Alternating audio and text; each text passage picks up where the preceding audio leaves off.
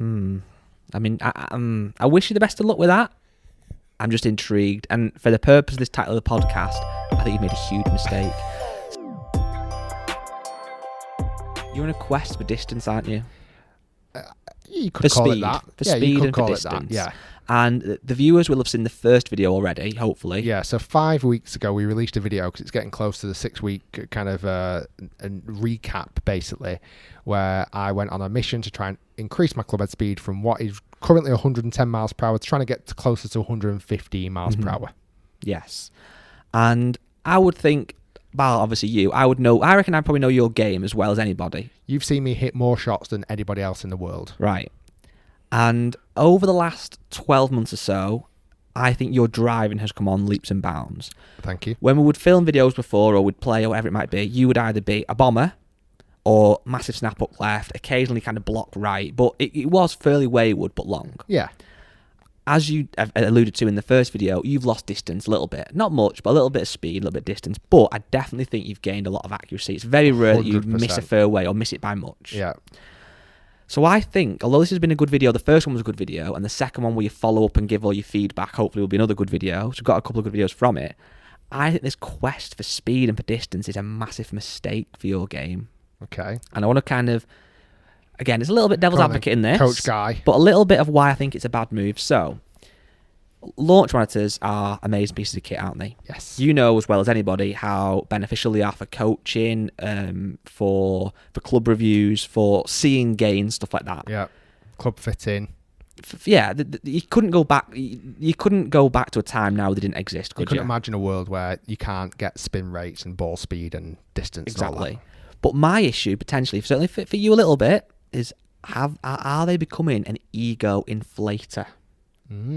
So what I mean by that is, before launch monitors were a thing, if you would only have, you could only really golf someone's game by what you would see with your eye, wouldn't you? Correct. So if me and you were playing and I was out driving you or you were out driving me, you would literally say you hit it further than me or whatever because it's what you're seeing on the golf course. But now we're so much more focused on club head speed and ball speed. Certainly club head speed is what you're really looking for, aren't you? But I've made some notes here and I'm hoping I'm going to get this out as well as I planned it over the weekend when I rehearsed it in my bedroom. Because it was so good. They wouldn't have had a leg to stand on. It was that good. Before launch monitors, we didn't really know what club head speed or we didn't know ball speed. Yeah. And when playing what I call real golf, it was very much about where the ball went and your total distance. But we know on the golf course, often hitting the fairway will result in more distance because obviously it's going to bounce a little bit more, etc. And certainly when playing on the golf course, certainly with this hole as a slight little bit, even a slight dog leg, hitting it straight over that line would therefore get more distance or certainly put you in close to the hole for your next shot. So being accurate on the golf course can actually aid with distance, obviously, big time, can't it? Certainly at the golf course I grew up at, it's very hilly. So hitting on certain lines where you get certain bounce or certain slopes would result in more distance. So if it's a slight dog leg left, let's say, I might hit one 250, you might go 260. But if you go further right and I go over the tighter line, I've got a much shorter shot in. So I'm perceived as being a longer hitter. Hence Tiger line. Exactly. Even though you've hit the golf ball further, it appears I've hit it further because of the line. Whereas obviously on launch monitors, it's very much about speed, isn't it? It's black and white. I hit it 160 miles per hour, you hit it 162 miles per hour, let's say. Yes. I think with this whole kind of launch monitor thing now and speed, and certainly again club head speed, I think we're focusing too much on the speed and not the distance. So I've just done some simple maths here. So a lot of people listening will know what obviously ball speed is. It's how fast the ball comes off the face. Club head speed is how fast you're swinging the golf club. And then we have what's called smash factor, which is quite simply, it's your ball speed divided by your club head speed. And it's typically seen that 1.5 roughly is the optimum with the golf club and golf balls we use today. You can get a bit more, whatever, but that's roughly where we would love to be at, where tour pros are. Yeah. If you're swinging at 117 miles an hour, which is much quicker than you are now, we'd love to be, but your smash factor dropped down to at 1.39, which I've seen some of your shots the other day do. You have. That would give you a ball speed of 162. Okay. However, a club head speed of 112, which is 5 miles an hour slower, which is a lot slower, but at a 1.47 smash factor, would give you a 164 ball speed, and therefore would be a longer golf shot if we're going off the same spin and launch and etc. So out of those two, on the golf course, the slower swing speed player will be hitting it further, probably more likely than not. But on a flight, on a TrackMan or on a GC quad, if you're going for just for club head speed, you're going to be more impressed by the 117, aren't we? And do we think that by you changing your speed to try and get so much faster and possibly miss the face more and start hitting it more off the toe and off the heel, you're going to lose ball speed and therefore end up losing distance? Is that where we're at? That's where we're at. Okay, so let's go a little bit on this journey, just to pad it out a touch more. I've never, ever been worried about distance in my whole golf life. Even when I was a junior, going through college, even when I turned professional for the first time, I never, ever felt like I was short. I always felt like I wasn't the longest. Obviously, you play with golfers that just, because of their size and their build and their clubhead speed, do hit it further. But in general, there's very little times where I would ever be concerned about my distance. And as Guy rightly said, I think as we've been out on the golf course a lot more filming, certainly the last couple of years, and to be honest, I spent much less time on launch monitors. I know people might find that hard to believe, but when I was coaching a lot more, when I was at Trafford or Lytham or Prairie, in between lessons or even hitting shots as demonstrations for clients or after coaching, I would spend time hitting balls on launch monitors much more probably than what I do now. And you're right, launch monitor numbers I was very good at. I knew what those numbers were. I could almost, somewhat predict as soon as I hit a shot what the clubhead speed was, what the ball speed would be, and what the distance would be. And I think in the last year there's been probably 3 or 4 things that have made me want to try and increase my speed. Okay. Number 1, you. Thank you. So when we played golf a couple of times last year, I never, ever thought I was short. Mm-hmm. And you don't play much golf. No. And annoyingly, you were hitting it longer than me. Mm-hmm. Fact.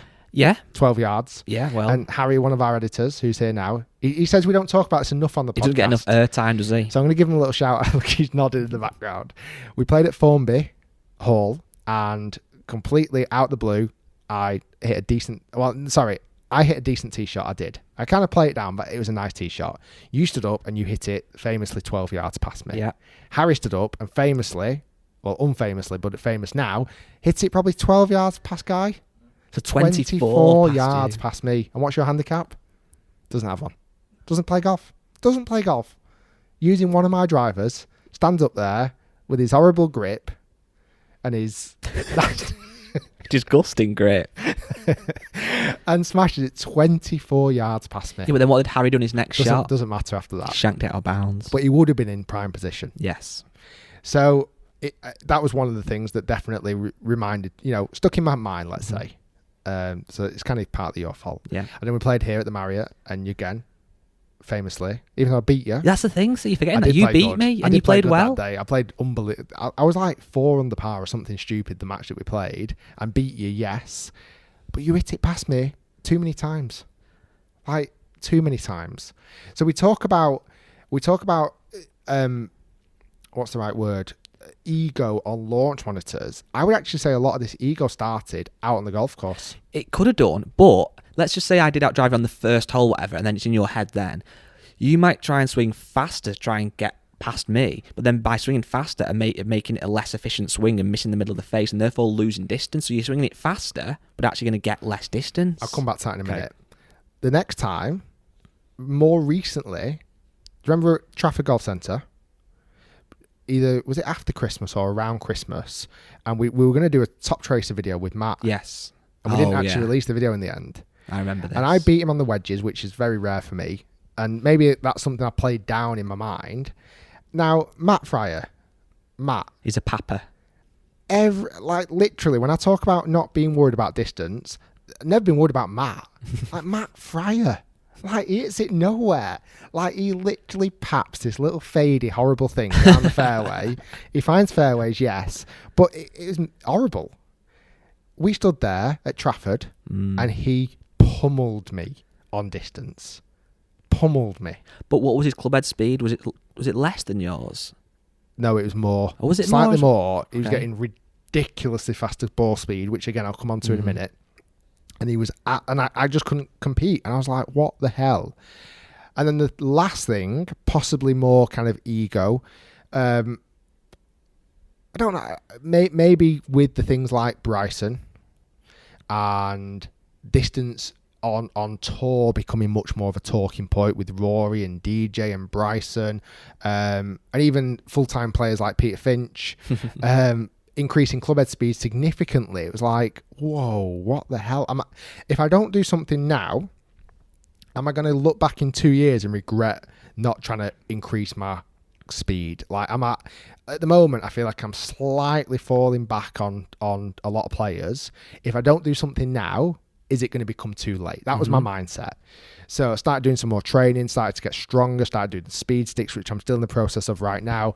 And you are right. Right now, as I record this podcast and record the video soon to be released on the hitting of shots, I am hitting the golf ball terribly.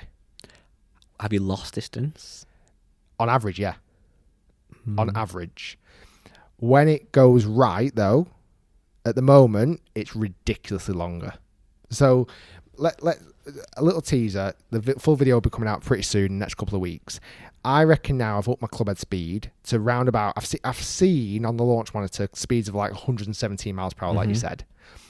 What I've definitely not translated it to yet is extra ball speed, which is then going to be extra distance. Correct. I've not even literally because I can't hit the middle of the club face at the moment.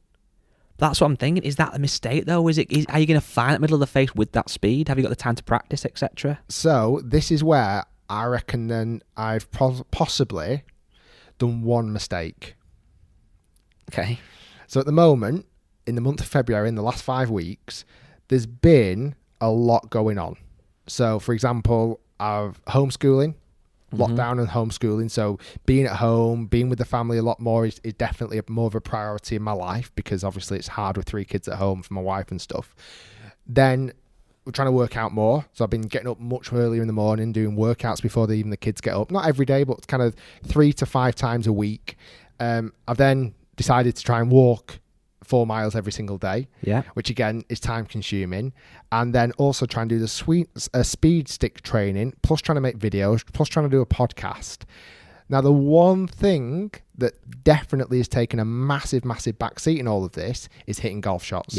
Like, I have hardly hit any golf shots in this period of time, apart from the videos that we've been making. But because of that, I've upped my club head speed. I've got stronger. I've got faster. I'm hitting the ball harder, let's say, or hitting at it harder. But at the moment, because I have literally been doing next to no golf shot practice, my strike is horrendous. So I don't think I've made a mistake yet. But if I was to look back at it and think, what would I have done differently in the last 5 weeks? That would be it. I would have hit more golf shots. Yeah. I reckon in 2 or 3 weeks, when I can hit more golf shots, or maybe I'm not doing the walk 18s or spending as much time at home, and the kids start to go back, shall I say, when they go back to school pretty soon, and hopefully we get to go out on the golf course at the end of March, I honestly believe I can generate that club head speed into ball speed and get more distance. Whether it'll last, whether I'll hit more fairways, whether I'll miss it more, time will tell. But as long as I outdrive you again, outdrive Harry, outdrive Matt Fryer, start to get closer to Bryson, DJ, Rory. But my plan is to annoy you by swinging it slower than you, but being more efficient and still outdriving you.